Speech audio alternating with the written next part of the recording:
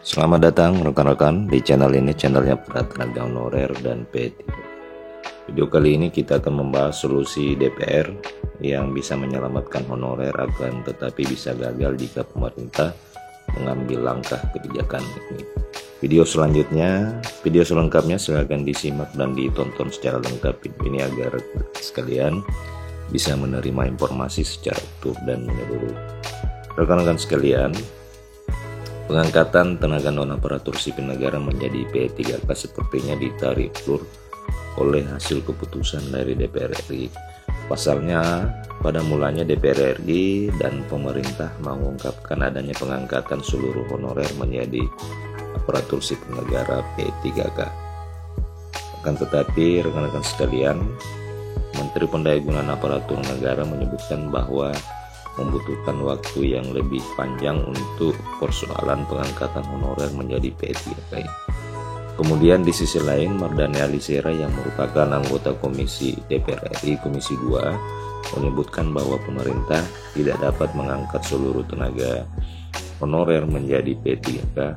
Informasi tersebut diberikan oleh karena pemerintah masih memikirkan anggaran belanja pegawai yang mencakup tunjangan dan gaji para tenaga non-aparatur sipil negara yang memang dianggap cukup memberatkan jika melakukan pengangkatan seluruhnya.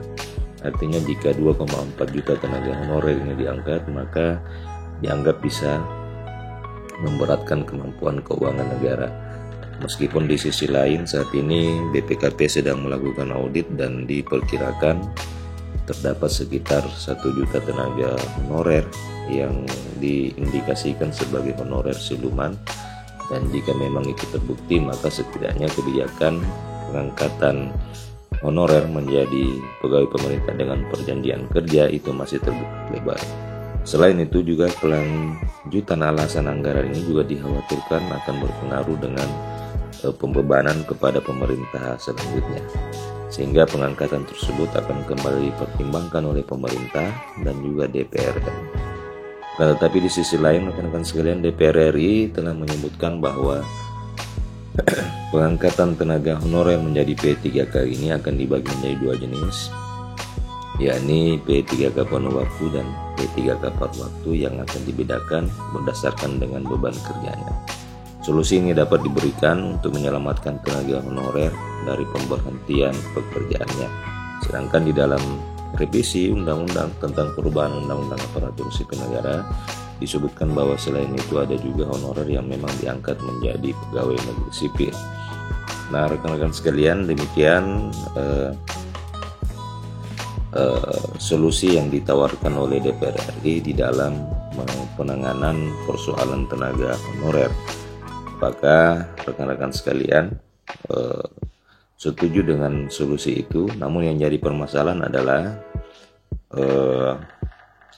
solusi itu dianggap oleh pemerintah bisa membebani kemampuan keuangan negara, oleh karena jika pengangkatan seluruh tenaga honorer menjadi P3K maka akan dikhawatirkan akan membebani keuangan negara. Dan tetapi kemudian yang menjadi pertanyaan adalah apakah honorer ini akan dapat diangkat menjadi P3K penuh waktu dan paruh waktu atau bahkan menjadi PNS. Meski hingga kini baik pemerintah dan DPR RI belum memberikan keterangan secara resmi dan lebih lanjut, tetapi ada satu keputusan yang tidak berubah sejak awal, yakni tidak adanya pemutusan hubungan kerja secara massal yang akan dilakukan pemerintah kepada tenaga honorer. Demikian rekan-rekan sekalian video kali ini. Bagaimana tanggapan rekan-rekan? Silakan sampaikan di kolom komentar video ini. Terima kasih telah menyaksikan. Sampai jumpa di video berikutnya.